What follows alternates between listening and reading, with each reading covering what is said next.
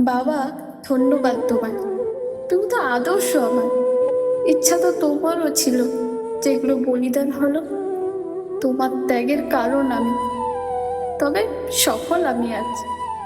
স্বপ্নটা তোমারও ছিল, তার ফসল আমি আজ। তুমি যা দিয়েছো আমায়, সেটা ভাবিনি কিন্তু কেউ। আলোর পথ দেখালে তুমি, তবে প্রকাশ পেয়েছি আমি।